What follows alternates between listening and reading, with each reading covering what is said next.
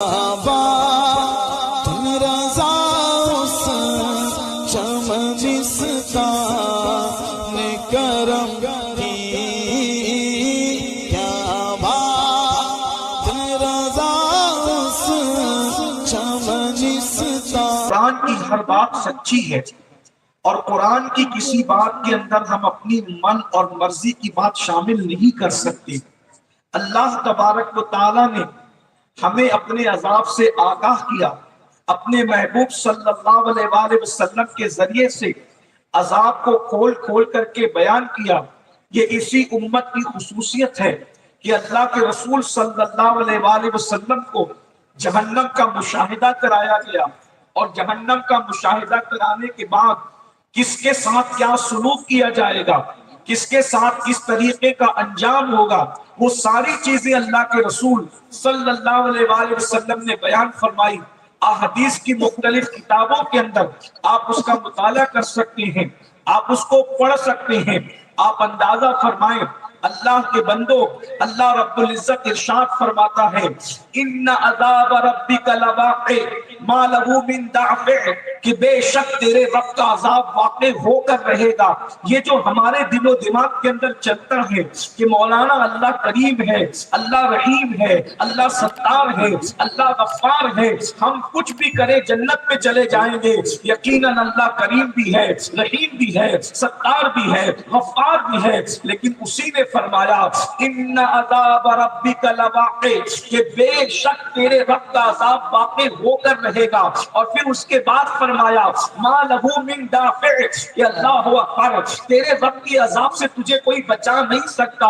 جب اللہ عذاب دینے کا فیصلہ کر لے، جب اللہ کسی کو عذاب دینے کا فیصلہ کر لیتا ہے تو دنیا کی کوئی طاقت ہمیں بچا نہیں سکتی۔ جب ان آیات کو سیدنا فاروق اعظم نے سنا، بے ہوش ہو کر زمین پر گر گئے، اور کئی دن تک کہ آپ بخار کے اندر مبتلا رہے، اس لیے کہ وہ جانتے تھے کہ اللہ کے عذاب کو کوئی برداشت نہیں کر سکتا۔ یہاں میرے نوجوان بڑی تعداد میں موجود ہیں، میں ان سے کہتا ہوں اپنے آپ سے محبت کر لو، اپنے آپ سے پیار کر لو، اپنے آپ سے الفت کر لو۔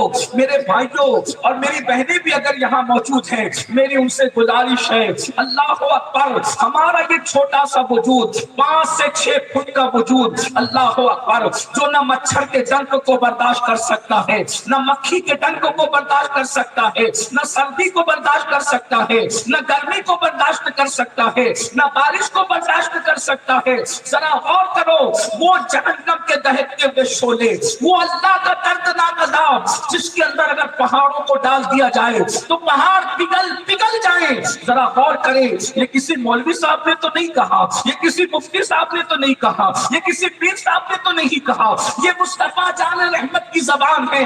اللہ کے سچے رسول صادق و مصدوق صلی اللہ علیہ وآلہ وسلم نے فرمایا اللہ رب العزت نے جو جہنم کا دردناک عذاب تیار کیا ہے، اس میں پہاڑوں کو ڈال دیا جائے تو پہاڑ پگھل جائیں۔ ذرا تصور میں تو لائیے، جہاں پہاڑ پگھلیں گے وہاں ہمارے اس مختصر سے وجود کا کیا ہوگا، ہمارا کیا حال ہوگا۔ اور اللہ کے رسول صلی اللہ علیہ وآلہ وسلم کو تو جہنم کا مشاہدہ کئی مرتبہ کرایا گیا، اور حضور علیہ السلام نے کھول کھول کر کے بیان کیا۔ ایک بات آپ سے عرض کروں، اس کے بعد آگے بات بڑھتی ہے۔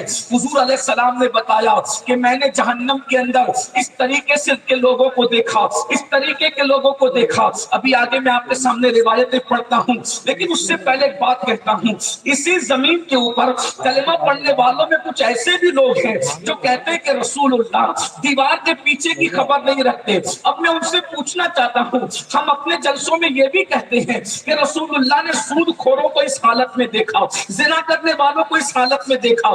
بھائی وہ جہنم میں ابھی گئے تو نہیں، پھر حضور علیہ السلام نے کیسے دیکھ لیا؟ تو یہ نبی کی آنکھوں کا معجزہ ہے، جو ہوا نہیں وہ رسول اللہ دیکھ رہے ہیں، تو جو ہو چکا ہے وہ کیوں نہیں دیکھ سکتے؟ نعرہ تکبیر، نعرہ رسالت، علماء اہل سنت علامہ نظامی صاحب علیہ رحمت و رضوان ایسے ہی لوگوں کے لیے کہا کرتے تھے کہ یہ ظالم بولتا ہے مگر سمجھتا نہیں ہے. ذرا غور تو فرمائے میرے بھائیوں، جہنم کے اندر جس کس کے ساتھ کیا ہوگا حضور علیہ السلام کو مشاہدہ کرایا گیا ہے. اب کس طریقے سے حضور نے مشاہدہ کیا ہے، اللہ اکبر، یہ مشاہدہ کرانے والا خدا جانتا ہے اور مشاہدہ کرنے والے مصطفیٰ جان رحمت صلی اللہ علیہ وآلہ وسلم جانتے ہیں. ہم تو اتنا جانتے ہیں اللہ اکبر، عذاب ہو جہنم کا یا جنت کی نعمتیں ہو، رسول اللہ کی آنکھوں کی تاثیر یہ ہے کہ جس کی نگاہ سے خدا کی ذات نہ چھپی اس کی نگاہ سے کون سی بات چھپ سکتی ہے. اور کوئی غیب کیا تم سے نہا ہو بھلا جب نہ خدا ہی چھپا تم پہ کروڑوں درود. اس لیے اللہ کے بندو، جس کا کلمہ پڑھ رہے ہو اس کی عظمت بھی سمجھنے کی کوشش کرو، اس کی بزرگی بھی سمجھنے کی کوشش کرو، اس کی آنکھوں کو بھی سمجھنے کی کوشش کرو. خدا نے کیا شان والی آنکھیں عطا کی ہے، جو ہونے والا ہے وہ بھی دیکھ رہی ہے تو جو ہو چکا ہے وہ کیوں نہیں دیکھ سکتی. اللہ اکبر. تو عرض یہ کر رہا تھا اللہ کے رسول صلی اللہ علیہ وآلہ وسلم نے کس طریقے سے جہنم کا مشاہدہ کیا.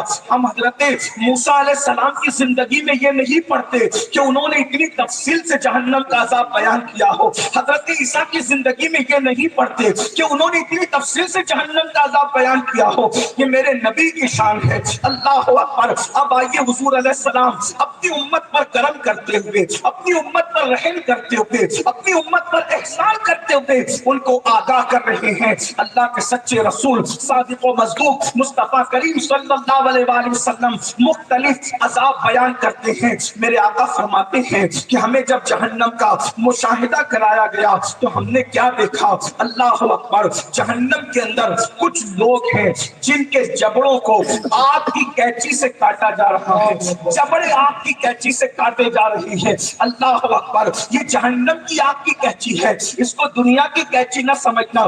پھر کہتا ہوں اسے کہانی قصہ نہ سمجھنا. یہ بات وہ کہہ رہا ہے جس نے اپنی مرضی سے کبھی گفتگو ہی نہیں کی. ان کی شان تو یہ ہے وما ينطق عن الهوى ان هو الا وحی یوحى. یہ اپنی مرضی سے کچھ بھی نہیں کہتے، یہ جو کچھ کہتے ہیں ان پر وحی کی جاتی ہے.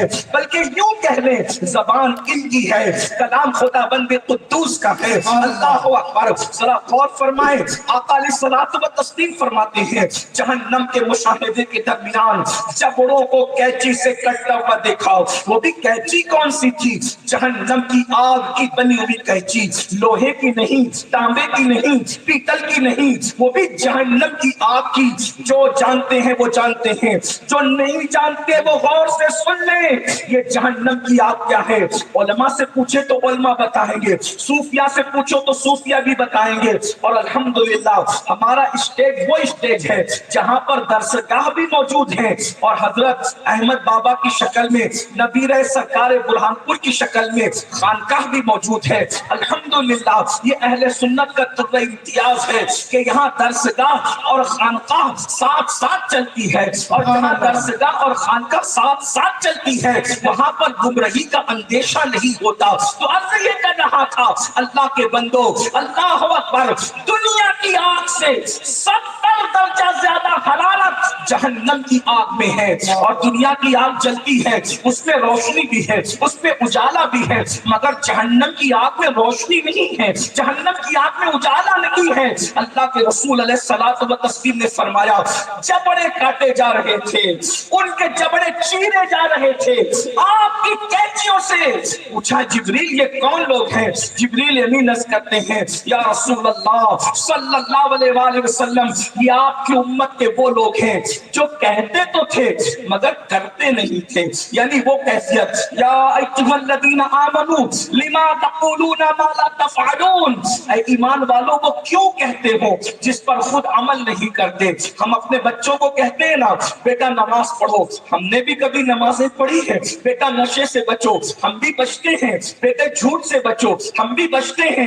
ہم لوگ بچوں کو جب نصیحت کرتے ہیں تو ناز سے جب بنتے ہیں ہیں تو ہم ولی کی طرح باتیں کرتے ہیں، اور جب ہماری تنہائیاں ہوتی ہیں تو شیطان کا ننگا ناچ بن جاتے ہیں۔ ان لوگوں کو جو دوسروں کو نصیحت کر کے خود کو بھلا دیتے ہیں، ان کے جبڑوں کو، ان کے ہونٹوں کو آپ کی کینچی سے کاٹا جا رہا ہوگا۔ اس کے بعد میرے اور تمہارے سچے رسول صادق و مصدوق صلی اللہ علیہ وآلہ وسلم فرماتے ہیں، کیا دردناک داستان ہے جہنم کے مشاہدے کی۔ اللہ اکبر، نبی کی بات پر ہر مومن کو یقین ہے، اس لیے میں برہان پور کے اندر حضور ہی کی باتیں پیش کر رہا ہوں۔ ویسے ہماری باتوں کی اوقات اور حیثیت کیا ہے کہ ہم کسی کو نصیحت کریں؟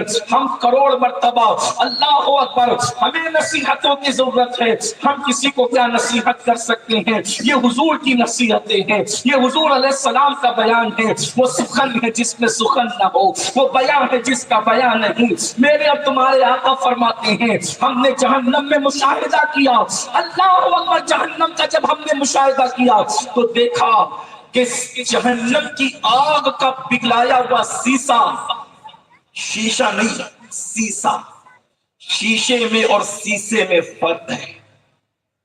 جہنم کی آگ کا پگھلایا ہوا سیسا آنکھوں میں اور کانوں میں ڈالا جا رہا تھا۔ تھوڑا لوگ تصور تو کریں، یہ مذہب اسلام کھیل تماشا نہیں ہے، اس کی حدیں ہیں حدیں۔ اگر مسلمان بنے ہو تو گوشت، انڈا اور مچھلی کھا کر اور جمعہ کی 2 رکعت پڑھ کر کے وہ مسلمان نہیں بن سکتے جو رسول اللہ بنانے آئے تھے۔ مسلمان وہ بنو جو رسول اللہ بنانے آئے تھے صلی اللہ علیہ وآلہ وسلم۔ سیسا پگھلا کر کے کانوں میں اور آنکھوں میں ڈالا جا رہا ہے۔ اگر تیل گرم کر کے آنکھوں میں اور کان میں ڈال دیا جائے تو کیا بنے گا؟ دنیا کی آگ پر تپا ہوا تیل جب ہمارے کان اور ہماری آنکھیں برداشت نہیں کر سکتی تو وہ جہنم کی آگ کا پگھلایا ہوا سیسا جو آنکھوں میں اور کانوں میں ڈالا جا رہا تھا، تو میں نے پوچھا جبریل یہ کون لوگ ہیں؟ تو جبریل امین عرض کرتے ہیں، یا رسول اللہ یہ آپ کی امت کے وہ لوگ ہیں جو حرام دیکھتے تھے اور حرام سنتے تھے۔ اللہ اکبر۔ ہم اپنا احتساب کریں، آپ بھی اپنے آپ میں ڈوب کے سوچیں اور میں بھی اپنے آپ میں ڈوب کے سوچوں کہ ہم اپنا بھلا نہیں کر سکے،